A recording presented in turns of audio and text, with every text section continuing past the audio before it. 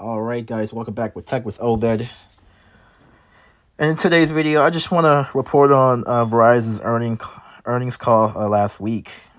I forgot to make a video, guys. I've been busy, so I haven't been able to make a video. But I'm gonna talk about Verizon's quarterly earnings, quarter three. So Verizon did okay.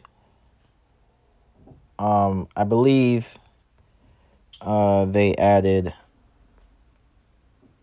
All right. They added 129 total broadband net adds, which is defined as a wireline and fixed wireless. Net income of 6.6 billion and an increase of 45.5 billion from the third quarter of 2020, and EBITDA of 12.3 billion and a increase of 3.3% from the third quarter of 2020. So the operating revenue did pretty well. They did 32.9 billion, up 4.3% from third quarter of last year. And this includes 2 months of Verizon Media revenue, approximately of 1.4 billion on a segment basis, including Verizon Media operating revenues increased 5.5%.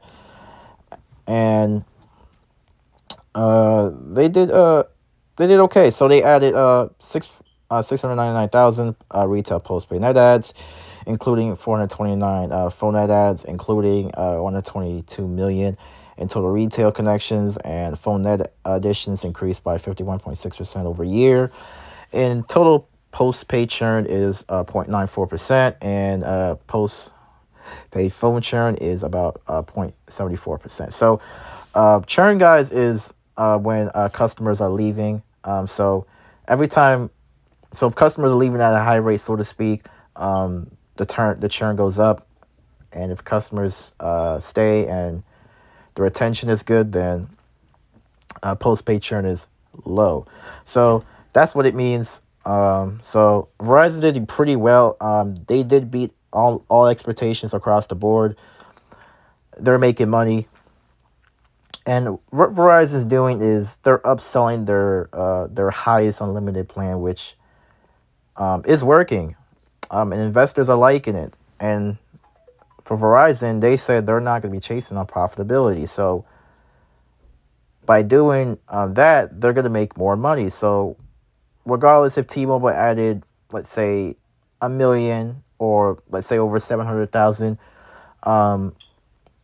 postpaid ads, Verizon on their end, when they report their quarterly earnings, they're making more money with less ads per quarter. So Verizon is pretty much upselling their top tier limited plan, which makes them more money. And what Verizon does is, they try to nickel and dime their customers every single chance they get. Unlike T-Mobile, they give out free lines and discounts, and they tend to make less no matter how many subscribers they add per quarter.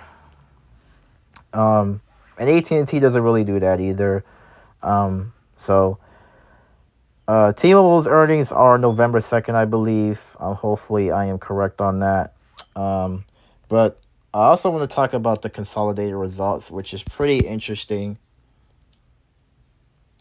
So this is the important one. So Verizon unsecured debt balance increased year over year by 36.1 billion to 141 billion at the end of the third quarter, remaining relatively flat sequentially from the end of the second quarter 2021. And the company's net unsecured debt at the end of the third quarter 2021 increased by 35.1 billion to over year 131 billion, which improved by 5.2 billion and from the end of the second quarter of 2021. So Verizon,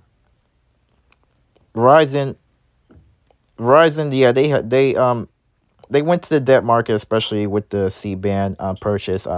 They did purchase a lot of C-band, but their C-band deployment is going to work out well for them. So, that debt is eventually going to go away as they pay it down, and they're going to get a return on investment, especially with the C-band deployment, especially when they get the home internet rolling and